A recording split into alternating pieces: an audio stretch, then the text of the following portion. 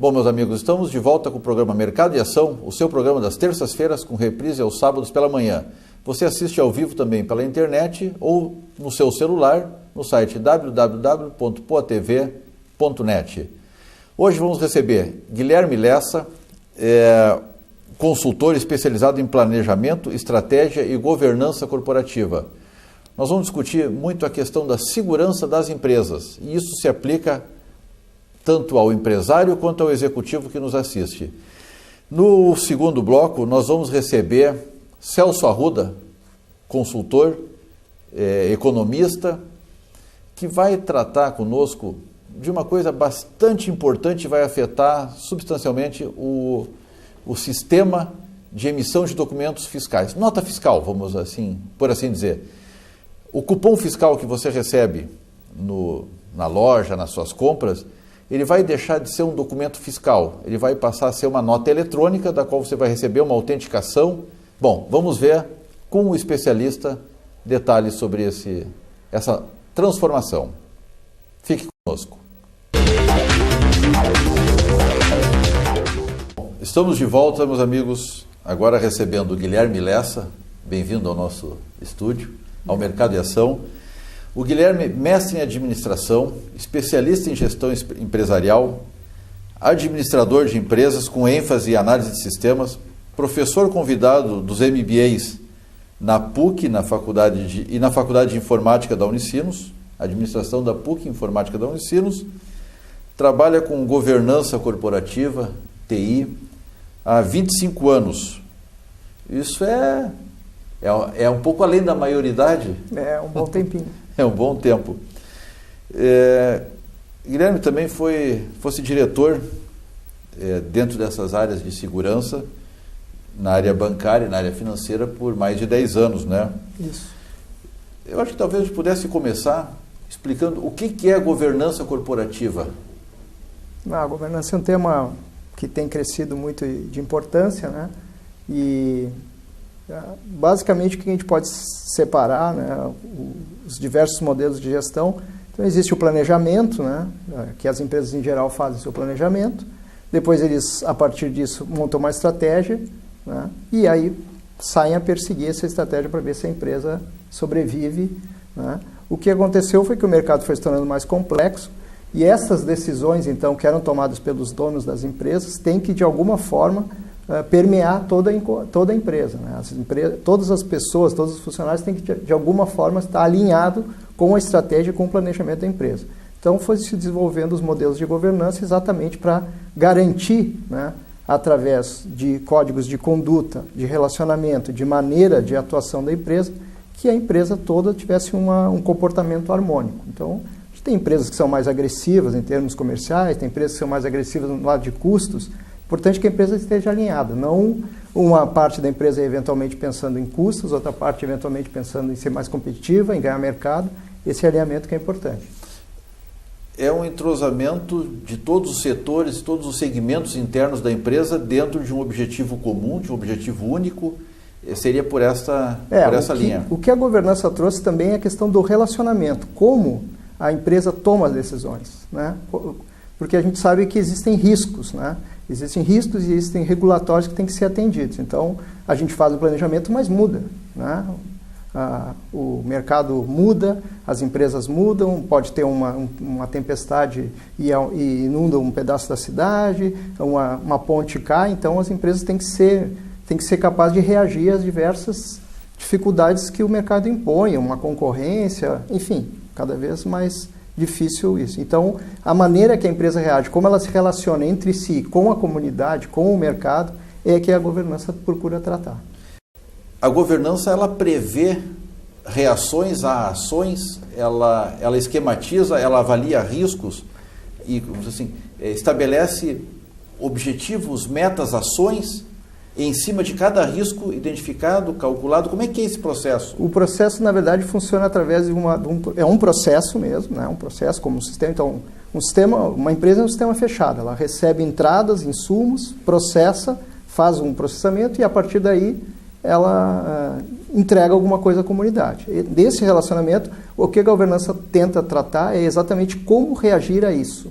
Que mecanismos, quando existe uma crise, quando existe uma mudança de trajetória, como nós reagimos, como a empresa se comporta a partir de determinadas variações. Então, o planejamento, ele tem, vamos dizer, que é uma outra ferramenta muito usada, ela tem lá a sua estratégia, como alcançar, mas a gente sabe que isso não é fixo.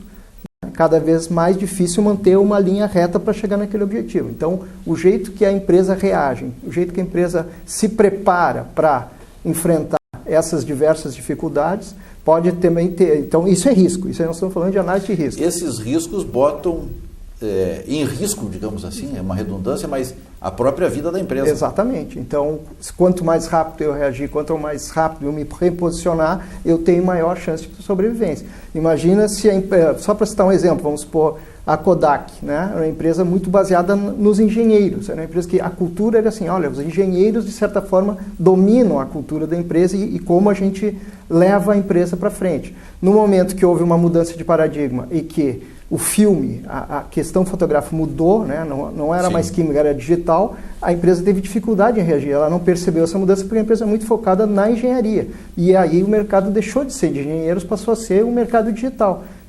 Essa dificuldade de reação levou a empresa a ter dificuldade. É uma situação de risco bem sério. Exatamente. Uma outra questão importante é a própria questão de compliance. O que é o compliance? O regulatório, né? As empresas, vamos dizer, por definição, gostariam de ter mais liberdade, de ter uma liberdade total, mas não pode, não existe. Isso é uma utopia. Então, elas precisam atender a regulamentos, tantos regulamentos de legislação, ambientais, vários. Isso, então, também é uma maneira, a empresa tem que estar se posicionada para atender isso da melhor maneira possível. As redes sociais, hoje a rede social é moda, está na vida de todo mundo. Sim. E em todos os níveis da empresa. Como é que ela interage? Ela aumenta o risco, ela diminui o risco? Como é que ela se comporta nesse processo de segurança empresarial? A questão é que tornou a vida muito mais complicada, né? A rede social, toda a mudança de paradigma, a mudança do mundo para o mundo digital, tornou a vida de todo mundo mais complexa. Por quê? Porque o tempo e o espaço acabaram, o que a gente chama de colapso do tempo e do espaço. O tempo já não faz mais muita diferença, né? As pessoas podem estar aqui, podem estar em todos os lugares ao mesmo tempo, e o espaço também. Então, hoje, muitas empresas, só para citar um exemplo, não dependem mais, como a gente dependia na era industrial, de que todos se reúnam no mesmo lugar, no mesmo escritório para trabalhar. As equipes hoje são multidisciplinares, podem estar trabalhando em todos os locais ao mesmo tempo, em fusos horários diferentes, em continentes, enfim, e a empresa está atuando. Então, o que a gente está dizendo? Que a rede social, a digitalização, isso foi uma camada mais de complexidade, uma camada mais de dificuldades que é um risco que tem que ser tratado. É um risco que tem que isso fragilizou, a mídia social fragilizou a segurança? Não que fragilizou. A segurança, vamos falar um pouquinho de segurança. Então, a segurança, basicamente, hoje, o principal vulnerabilidade de segurança é interno. Sempre foi interno, né? Mudou. Abre um pouco esse... a questão Abre um pouco esse aspecto. A questão da segurança, então, é o seguinte. A gente... os maiores riscos, hoje, de segurança da informação são vinculados às pessoas, como sempre foi, de maneira interna. Então, hoje existe uma vulnerabilidade, uma tentativa de ataque, por exemplo, para roubar dados estratégicos da empresa. Imagina quanto vale, por exemplo, hoje a localização em termos de coordenadas, de latitude e longitude, de um poço da Petrobras para o pré-sal. É uma informação relativamente simples, pequena, tem um valor muito importante. Então, isso a gente tem que imaginar que essa informação tem que ser bem cuidada, tem que ser preservada, de maneira que eu não perca essa informação. Tudo que tem valor tem alguém para pagar. Para pagar, exatamente. Então, o que se percebeu que as principais maneiras de tentar roubar esses dados, de tentar, só para citar esse exemplo da Petrobras, mas poderia ter segredos industriais, de diversos tipos, segredos de estratégia, enfim, isso é muito mais, hoje, vulnerável internamente do que externamente, né? As empresas são capazes de comprar equipamentos e sistemas que vão proteger de ataques externos. Agora, internamente, o que a gente costuma dizer que a maior vulnerabilidade são as pessoas. Isso se chama engenharia social na área de segurança. Então, tem pessoas muito especializadas em ligar e tentar pegar informações e tentar descobrir senhas, isso, ou até mesmo tentar corromper um funcionário ou uma pessoa que tem um acesso privilegiado a alguma informação Guilherme, interna. Vamos botar um pouco de bairrismo. Estamos no Rio Grande do Sul, estamos aqui em Porto Alegre, no nosso estúdio. Do nosso mercado aqui, quais são os riscos maiores que tu tens observado? Onde é que está a maior fragilidade ou as maiores fragilidades das empresas, das nossas empresas, aquilo que nós conseguimos pegar, enxergar e trabalhar de uma forma imediata, de uma forma até talvez um pouco leiga, podemos assim dizer? Eu acho que o principal vulnerabilidade hoje no mercado gaúcho é que, em geral, as empresas e os empresários ainda não perceberam que o ativo principal da empresa é a informação. Sempre foi, mas se tornou muito mais estratégico. Então, as empresas deveriam se preocupar um pouco mais em capacitar, em sensibilizar, como a gente chama, os seus colaboradores para estarem atentos a isso, né?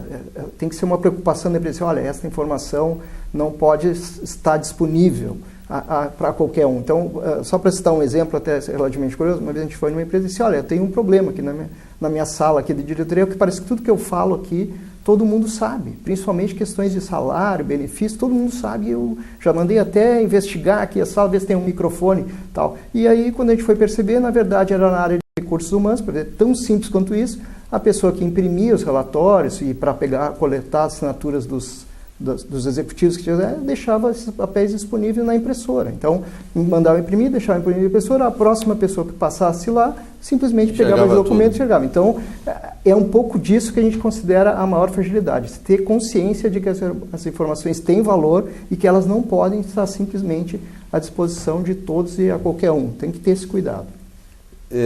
O tempo parece que não anda quando a gente está falando, mas o tempo passa rápido. Guilherme, com certeza o nosso ouvinte vai ter alguma dúvida, alguma coisa. Eu vou pedir que tu deixe teu e-mail, que aí a gente já coloca aqui no ar. Fala o teu e-mail aí, o teu telefone, onde pode ser acessado para tirar eventualmente alguma dúvida. E também pode mandar para o e-mail da nossa produção, que nós encaminhamos ao Guilherme. Tá bom, então é guilherme.lessa@ecluster.com.br, que é o nome da nossa empresa. Então, e o telefone é 51 9969 9621. Que beleza. Eu acho que foi uma boa aula que nós tivemos aqui de segurança corporativa. Vou tornar o termo mais... Tá certo, pode ser. Mais gaúcho, segurança corporativa. Fique conosco.